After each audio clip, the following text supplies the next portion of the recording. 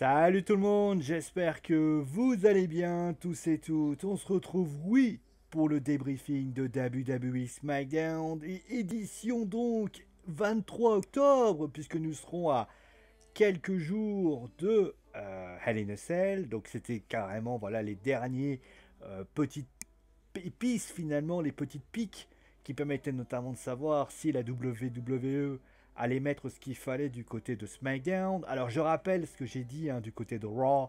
J'ai dit que c'était le show, et je le continue à le dire, que c'était le show de la honte. Et donc la question c'est, est-ce que SmackDown a réussi à builder, à créer? Alors certes, nous avons eu un match. Alors on va parler rapidement, et je vais en parler tout de suite puisqu'il n'y a pas d'image, clairement. C'est pour ça que je ne peux pas vous en parler par rapport à des images. Donc je laisserai tourner les images que j'ai pour vous présenter voilà ce qui s'est passé. Mais voilà, on parlera ensuite plus en détail des différentes choses qui ont été données. Je laisse mon avis général en fin d'émission, clairement. Voilà, je ne fais pas comme un Raw. Alors est-ce que c'est positif, est-ce que c'est négatif? Ça, à la limite, ça sera... l'avenir vous le dira. Voilà, je vais dire ça comme ça. Et donc on va commencer tout de suite par regarder ce qu'il en est. Donc nous sommes donc... on va tout de suite parler directement de ce procès finalement qui a eu lieu. Alors c'était un procès qui n'était pas un, puisque je vous doute bien évidemment que JBL n'est pas le juge, que Rod Simons n'est pas huissier, et aux dernières nouvelles, moi ce que j'aurais préféré peut-être par rapport à ça, alors certes qui était très bien, voilà clairement, j'aurais bien aimé qu'il y ait des avocats lutteurs en fait. C'est-à-dire qu'on mette vraiment le truc. Alors soit on en fait une vraie parodie, mais là ils n'ont pas voulu pousser le truc à fond. On a vu notamment par exemple l'arrivée d'Azuka, de Rey Mysterio, la présence de Teddy Long. Mais au final, on se dit, ouais, mais est-ce qu'il n'aurait pas fallu... Alors soit tu fais un truc super sérieux, avec un truc, voilà, les preuves, les machins, tout le final, la manière dont ça se termine, je pense que ça aurait pu se terminer d'une autre façon, parce que si ça avait été une parodie du début jusqu'à la fin, moi ça m'aurait pas dérangé. Là on est entre les deux, on se dit bon, c'est quand même une parodie, parce que quand même, on est bien d'accord que Otis a mérité cette mallette, mais d'un côté, tu te dis, c'est pas poussé à fond. Mais d'un côté, mais j'ai envie de dire, il fallait, de toute façon, ceux qui s'imaginaient que Otis allait perdre sa mallette à ce moment-là, non, ça ne pouvait pas être le cas. De toute manière, c'était pour moi la solution la plus intéressante, c'est-à-dire de faire que Otis doive mettre sa mallette en jeu. Après, pour moi, je vais tout de suite commencer parce que je sais que certains vont commencer à râler. J'en connais beaucoup qui trouvent que Otis est une blague, il mérite pas cette mallette, bla bla bla. J'ai envie de dire à ces gens qu'à un moment donné, il faut arrêter d'être... Pardon, je vais utiliser le mot qui ça va pas vous plaire. Le mot... faut arrêter d'être hypocrite en fait.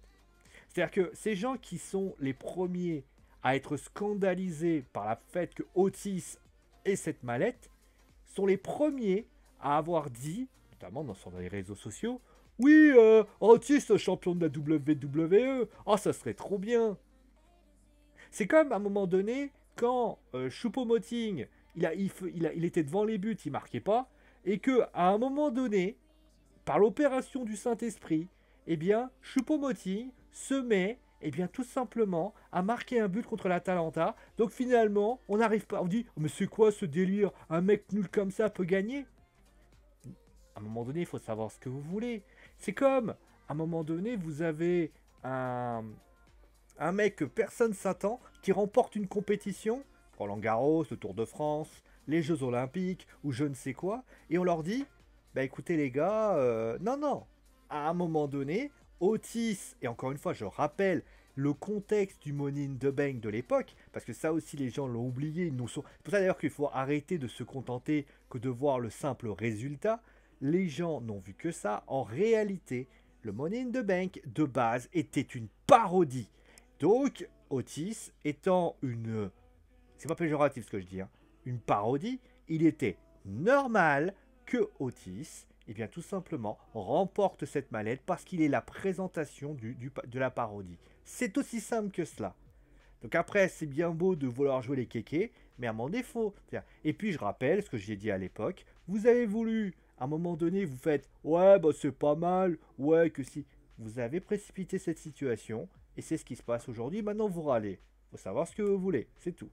Bon, voilà, la première chose. Alors quand je dis vous, bien évidemment, je ne vise pas tout le monde, hein. Il y a des gens qui euh, ont compris à qui je m'adresse, d'autres qui ne comprendront pas et qui diront que c'est à eux. Ça, j'ai envie de vous dire, c'est votre problème. Bon, mais moi, je suis pas quelqu'un, voilà, qui va mentir et qui est un hypocrite. Moi, quand j'ai quelque chose qui ne me plaît pas dans les propos de certaines personnes, je n'hésite pas à le dire. Tant pis si ça fait chier le monde, et des fois, je le dis. Voilà. Après, vous êtes libre de me répondre avec le respect. Là, je vous ai pas insulté, je vous ai dit que vous étiez hypocrite. C'est pas une insulte, c'est une réalité. C'est que je vous ai expliqué pourquoi. À un moment donné, si je vois des insultes, je suis obligé de vous bannir. Ça, vous l'avez compris. Bon, on va passer à la suite avec donc le show en détail. On va commencer tout de suite. Alors, on va tout de suite commencer avec, tout simplement, on va tout de suite faire une petite pause. Voilà. Ah merde, je me suis trompé. Attendez, je reviens. Voilà. Ah bah merde. Bon bah tant pis. Attendez, je vais le faire rapidos. Hop, c'est pas ça, c'est pas ça, c'est pas ça. Nous allons faire ça. Petite pause, voilà, avec donc cette image. Alors, vous allez me dire pourquoi je prends cette image en priorité.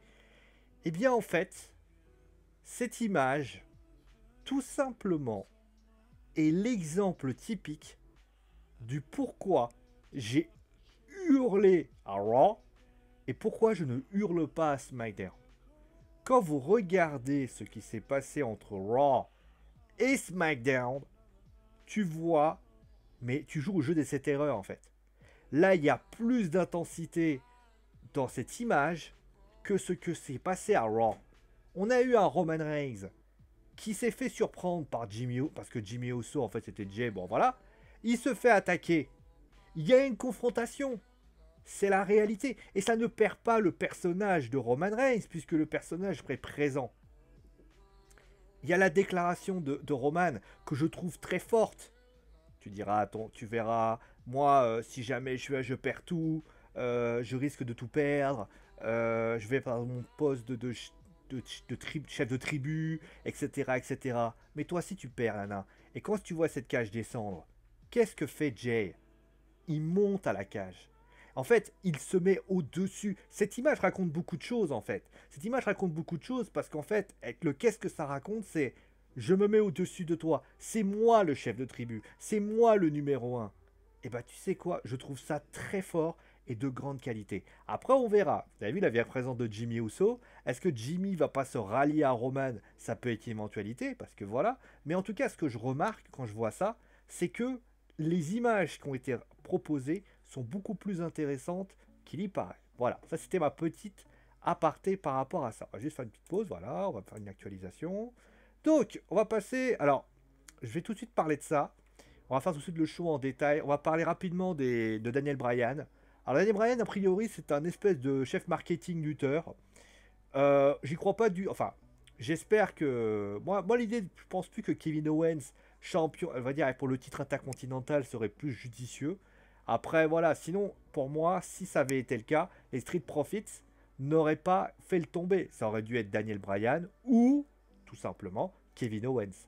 Là, dans ce cas-là, ça a été tout simplement Daniel Bryan. On a vu notamment aussi que Kevin Owens est parti. Pourquoi il est parti?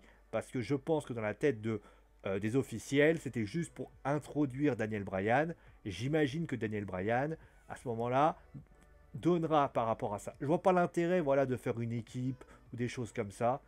Mais le segment était bien. Le match était.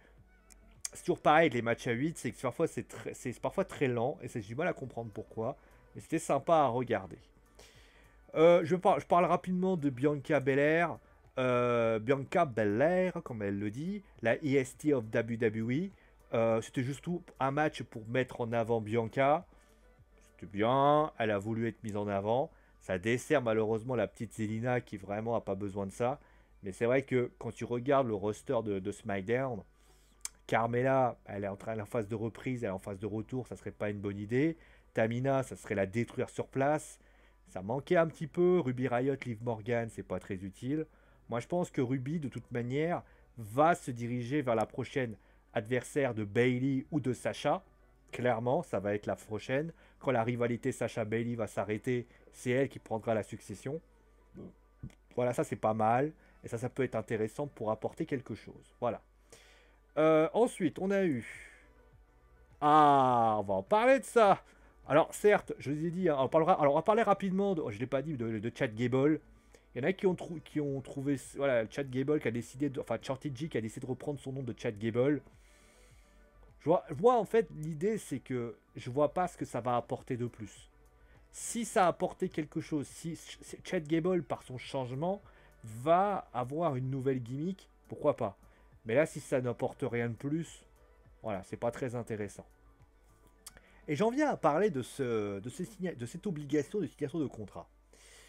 Vous avez vu, j'étais plusieurs semaines, la semaine dernière d'ailleurs, j'ai expliqué pourquoi cette rivalité Sasha-Bayley, qui est supposée être une rivalité qui s'écrit d'une facilité déconcertante, n'a pas le talent nécessaire. En fait, je vais vous expliquer pourquoi ce moment-là, qui est un moment excellent, un bon moment, clairement, moi j'ai passé de bons moments, il est, pour moi, ce que ça aurait dû se passer dans cette rivalité. En fait, la WWE, c'est un peu comme pour Otis, notamment le sport du tribunal.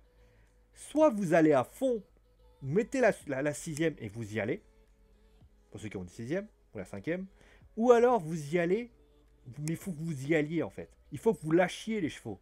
Là, qu'est-ce qui s'est passé? On a une image de Sasha qui, pour ainsi dire, va éclater Bayley et l'obliger à signer ce contrat qu'elle ne veut pas signer la semaine dernière. Dans l'idée, c'est très bon, parce que ça montre quand même que Sasha, elle se laisse pas faire, etc. Sauf que, pardon de le dire, si dans le fond, c'est très bien, dans l'exécution et dans la forme, c'est pas bon. Pourquoi? Cette image que vous voyez ici, ça aurait dû être l'image de la rivalité. C'est comment Bayley va craquer, il va finir par signer ce contrat. Voilà ce qui aurait dû se passer. Je vais expliquer quelque chose que j'ai expliqué la semaine dernière. Les rivalités qui sont reliées à de l'amitié, que ce soit fraternelle ou quelque chose comme ça, ce sont des rivalités qui sont d'une puissance évocatrice qui est tellement puissante que t'as même pas besoin de parler. Tu es dans l'émotion, tu es de là. Cette image-là, tu as juste suffi. Et ça, quand tu vois ça, tu te dis, waouh!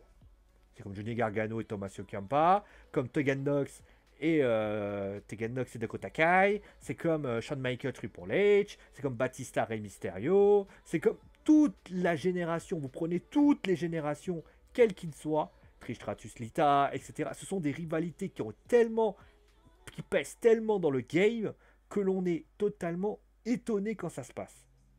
Ça, c'est la réalité. Et on voit notamment aussi quand il y a des trahisons entre tag team, les Hardys, etc., c'est tellement puissant. Quand je parle souvent de puissance évocatrice, qu'est l'Undertaker. Au niveau des filles, il y en a un petit peu moins, parce que les filles ont un petit peu, mais Charlotte, Becky, c'est tellement puissant que tu te dis, waouh, ça va être exceptionnel.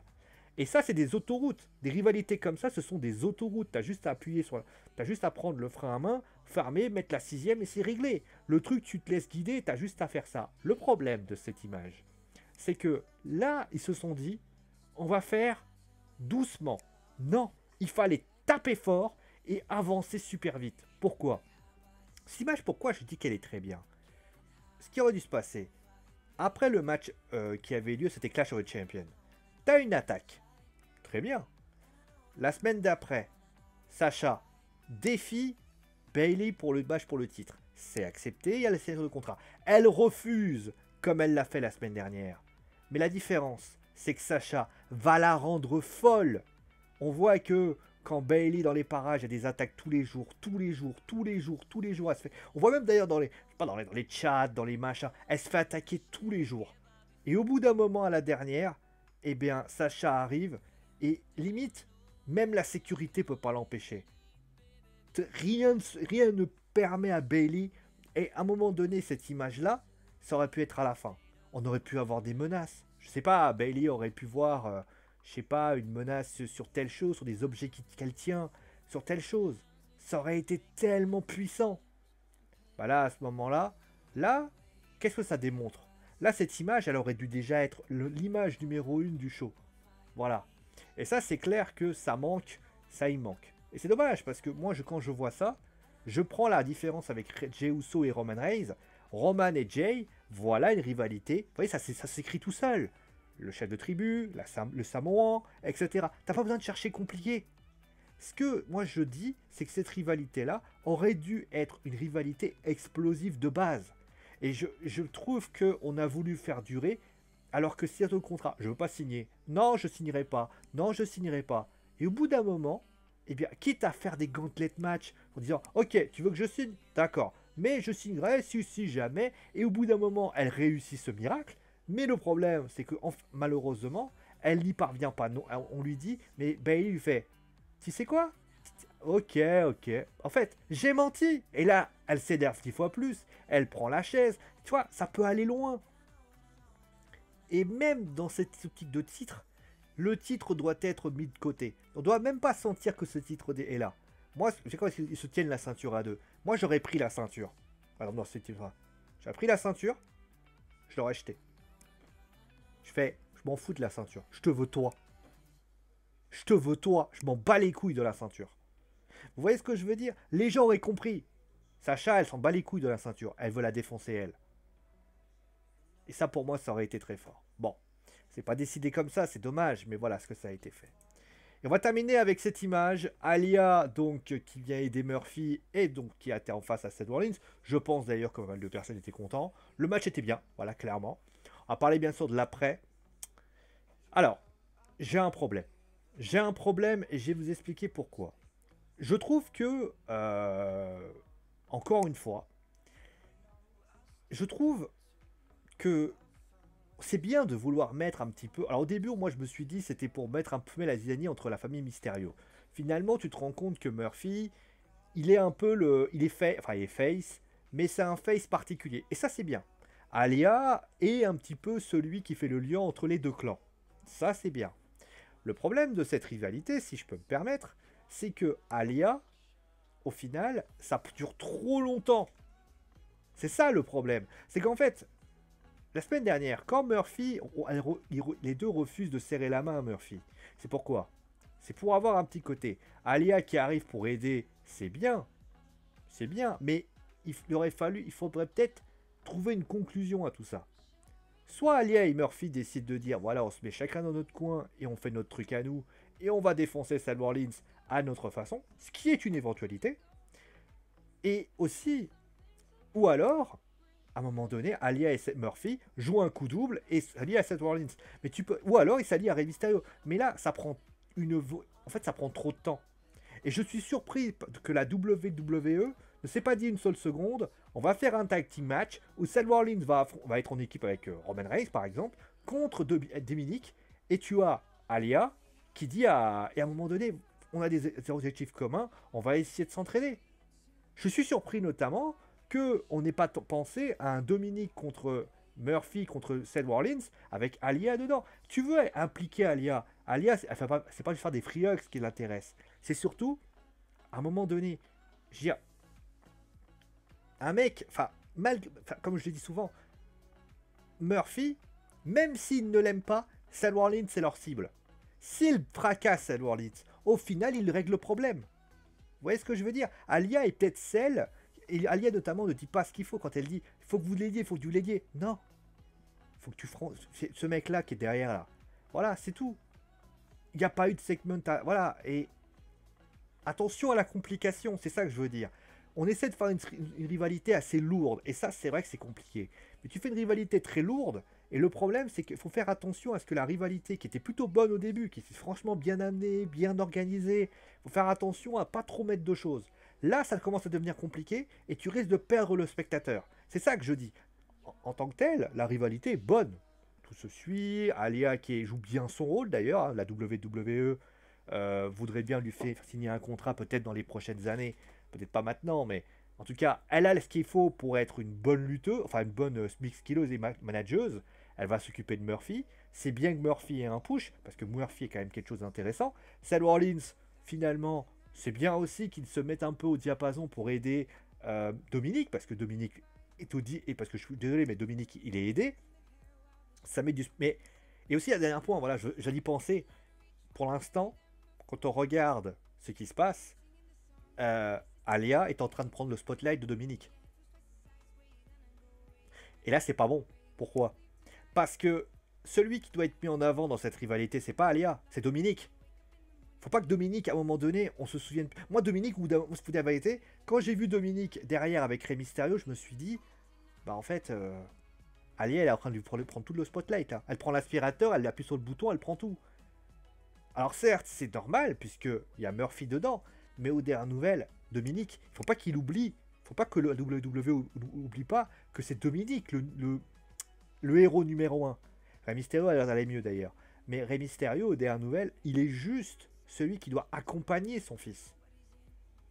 Bon, en tout cas, il n'y a pas eu de match à Hell in a Cell, donc a priori, il ne devrait pas y avoir de rivalité entre ça, il devrait qu'on perdurer la semaine prochaine, mais qu'on soit clair là-dessus, il va falloir faire plus, il va falloir structurer, enfin voilà, il va falloir poser les bases et faire les choses. Il faut qu'il y ait un deuxième coup. Comment? Mais en tout cas, il faut un deuxième coup. Voilà. Parce que ça risque d'être un peu compliqué, moi je suis un peu perdu. Voilà, bon, ça je vous l'ai déjà vu. Alors, bilan du show, bah, j'ai envie de dire, bah, c'est encore un bon show.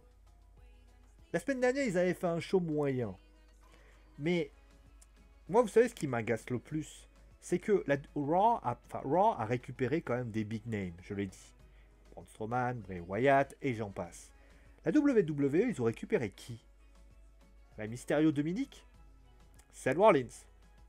Qui sont dans leur propre rivalité. Ça veut dire qu'ils ne peuvent même pas aider le... Enfin, ils aident le show, mais on va dire qu'ils ne sont pas partis dans des autres endroits. On n'a pas vu Aleister Black d'ailleurs, je ne sais pas où il était. Il y a Kevin Owens qui était un peu d'un côté. Et il y a la rivalité Jey Uso, Roman Reigns, et il y a Sasha Bailey. Quand vous regardez le show, de Raw, qui a quand même réussi à récupérer des big names, ces big names, moi j'avais l'impression qu'il y avait du mal à s'intégrer.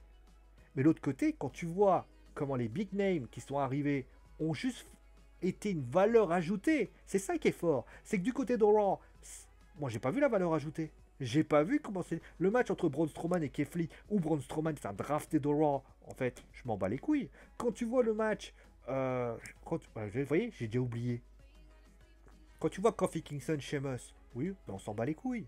Quand tu vois, je sais pas, vous comprenez ce que je veux dire? Quand tu vois cette rivalité, quand tu vois ce show, il y a de l'impact, il y a de l'envie, il y a de l'intensité, il y a... Toutes les rivalités se tiennent. Et c'est ce que je reproche à Raw. Raw n'est pas un mauvais show. Raw, il y a des bons matchs, mais le problème c'est que j'ai l'impression que SmackDown fait plus d'efforts, a plus de qualité, a plus de ce qui est donné. Alors après, est-ce que les audiences vont baisser? Ça, j'en sais rien, j'ai pas encore les chiffres. Mais en tout cas, ce qui est certain, c'est que quand tu vois cette rivalité, quand tu vois tout ce qui est apporté, tu te demandes pourquoi le Raw fait pas mieux. C'est le même qui fait Raw et SmackDown, c'est Bruce Pritchard. Et aux dernières nouvelles, il n'y arrive pas avec Raw. Alors après, les explications sont diverses. Le taux d'horaire qui est plus important, les superstars qui sont peut-être un peu plus big name, et ainsi de suite. Mais en mettant plus de big name, il doit pouvoir apporter quelque chose. Et au final, il ne fait rien. Quand tu vois que Retribution, qui aurait pu être dans ce show-là, aurait pu littéralement exploser, quand tu vois qu'à Raw, il n'y arrive pas, c'est bien malheureux. Voilà. Merci à vous tous d'avoir suivi l'émission. Donc, très bon show. Clairement, j'ai beaucoup apprécié ce show. Il n'y a pas de... Alors, encore une fois, vous avez vu, j'ai critiqué. Il faut comprendre deux choses. Il y a la critique facile et la critique... Enfin, la critique facile. Il y a la critique, le show est pourri. Il n'y a rien à en tirer. Mais il y a, pour moi en plus, la critique positive. Ça veut dire quoi? Ça veut dire que ce show-là, malgré le fait que je l'ai critiqué, il y a des choses à travailler. Malgré tout, j'ai passé un bon moment.